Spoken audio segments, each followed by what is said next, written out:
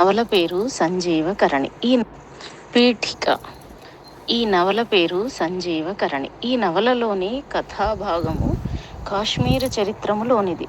కాశ్మీర రాజ చరిత్రము కల్హణుడన్న పండితుడు సంస్కృతంలో రాజతరంగిణి అన్న పేర శ్లోకాయమాన కావ్యముగా రచించెను. ఆయన గొప్ప కవి. ఇది వట్టి కావ్యమే కాక పాశ్చాత్యులు చరిత్రము అన్న దృష్టితో దేనిని చెప్పుదురో ఆ దృష్టికి కూడా సరిపోయిన గ్రంథము. ఈ సంగతి పాశ్చాత్య చరిత్రకారులే అంగీకరించిరి. విన్సెంట్ స్మిత్ ప్రభుతులు రాజతరంగిణి మా చరిత్ర దృష్టికి చాలా సన్నిహితముగా ఉన్న గ్రంథము అని చెప్పిన మాటే. లోకంలో భౌతికములే కాక అతి భౌతికములుండనే ఉన్నవి. భూతములు, దయ్యములు, యోగశక్తులు మొదలైనవెన్నియో ఒక హిందూ దేశమునందే లేవు, పరదేశములందును సమృద్ధిగా కలవు.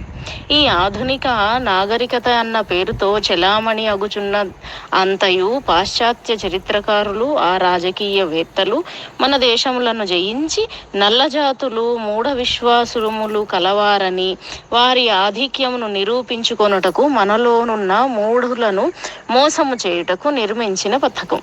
మన పండితులకు వారు వ్రాసినదే ప్రమాణము కాని తాము చూచినది ప్రమాణము కాకపోవుచున్నది. వారి ప్రకృతి శాస్త్ర విజ్ఞానము చిత్ర విచిత్రములైన వెర్రితలలు వేసినది. ఒకడు దొంగతనము చేయును, ఆ బుద్ధిని వాడు వ్యాధిగా చెప్పును. ఒకనికి పిచ్చి ఎక్కును, ఆ పిచ్చి అనేక విధములుగా ఉండును. దానిలో ఒక్కొక్క దానికి ఒక్కొక్క పేరు. ఒకడు దయ్యములను నమ్మును, చూచి తిని అనును, అది ఒక వ్యాధి. వారి ఈ శాస్త్ర పరిశోధన అంతయు దీనికి పేర్లు పెట్టుట, చికిత్సాలయములు నిర్మించుట మొదలైన తతంగముగా నడుచుచున్నది.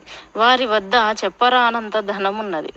ఈ ధన నాగరికతతో వారి జ్ఞానమంతయు మనోమయమై పోవుచున్నది. మనస్సును మించి వారికి వేరొకటి లేదు. వారి మతములో ఆత్మయున్నది. ఆ ఆత్మ వారి మతమునకు సంబంధించినది మాత్రమే. వారి నాగరికతకు ప్రధానమైన శాస్త్ర విజ్ఞానమునకు ఆ ఆత్మ పదార్థమునకు సంబంధము లేదు. ఈ కథలో కొంత ఆధ్యాత్మికమైన విషయం ఉన్నది. ఈ ఆధ్యాత్మిక విషయములలో బహుభేదములు ఉన్నవి. ఈ ఆధ్యాత్మిక విషయములో కొంత భాగము మంత్ర యంత్ర తంత్రముల చేత సాధ్యమగుచుండు. అవి వేరే విద్యలు. పాశ్చాత్య నాగరికత వానిని నిరాకరించుచున్నది. వానిని మానవలోకము నుండి బహిష్కరించుట వారికి సాధ్యము కాదు. ఈ సంజీవకరణి అన్న నవలలో అట్టి విషయం ఉన్నది. దానిని ఆధునికులు చరిత్రగా అంగీకరించరు. పంచాంగములు చింపివేసినచో నక్షత్రములు చెరిగిపోవు. కీర్తిశేషులు ఆర్ఎస్ పండిట్ అనగా విజయలక్ష్మి పండిట్ యొక్క భర్త జవహర్లాల్ గారి బావగారు కల్హణుని రాజతరంగిణిని ఇంగ్లీషు భాషలోనికి తర్జమా చేసిరి. ఆ తర్జమాకు జవహర్లాల్ గారు మున్నుడి వ్రాసిరి. ఈ రాజతరంగిణి 8 తరంగముల గ్రంథము. ఈ కథ 2వ తరంగములోనిది. జయేంద్రుడన్న రాజు నిరపత్యుడు. అతని మంత్రి పేరు సంధిమంతుడు. సంస్కృత రాజతరంగిణిలో సంధిమచ్చబ్దము నిస్సంశయముగా పుంలింగముగానే ఉన్నది. ఆంగ్లేయ భాషాంతరీకరణములో సంధిమతి అన్న స్త్రీలింగం ఒక చోట, సంధిమాన్ అన్న పుంలింగం ఒక చోట వ్రాయబడి కల్హణుని కథలో పండిట్ కథ కొంత మార్పు తెచ్చినది. మరియు రాజు సంధిమంతుని వధించెను. కొందరు సిద్ధులతనిని బతికించిరి. ఈ విషయమునందు ఆ వ్రాయబడిన సంజీవకరణిలో మిక్కిలి మార్పులు చేయబడినవి. తక్కిన విషయములన్నీ రాజతరంగిణిలోనివే. ఇది నవలగా రూపొందించుటకు కొన్ని పాత్రల సృష్టి, ఉచితములైన కొన్ని విషయముల కల్పన చేయబడినది. ఒక చిన్న విషయమును తీసుకుని నవలగా నిర్మించుటకు బహు విషయములు కల్పితములు కావలేను. ఇది చారిత్రక నవల అనగా వెనుక పీఠిని చరిత్ర విషయములు, తక్కినదంతయు కల్పన అని అర్థము.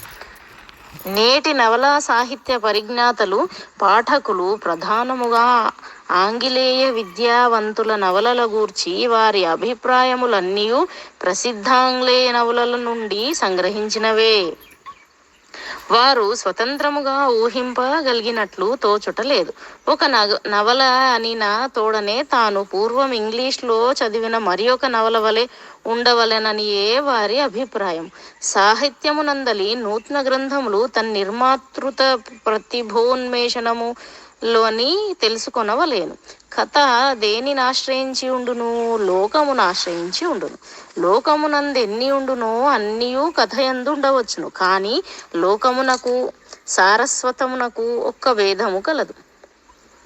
లోకమునందనౌచిత్యములు, అసభ్యములు, జుగుప్సావంతములు అనంతములుగా ఉండును. సాహిత్యము ఉచితములను, సభ్యములను, సహ్యమైన జుగుప్సను మాత్రమే గ్రహించును. కావ్యము రసదృష్టితో వ్రాయబడును.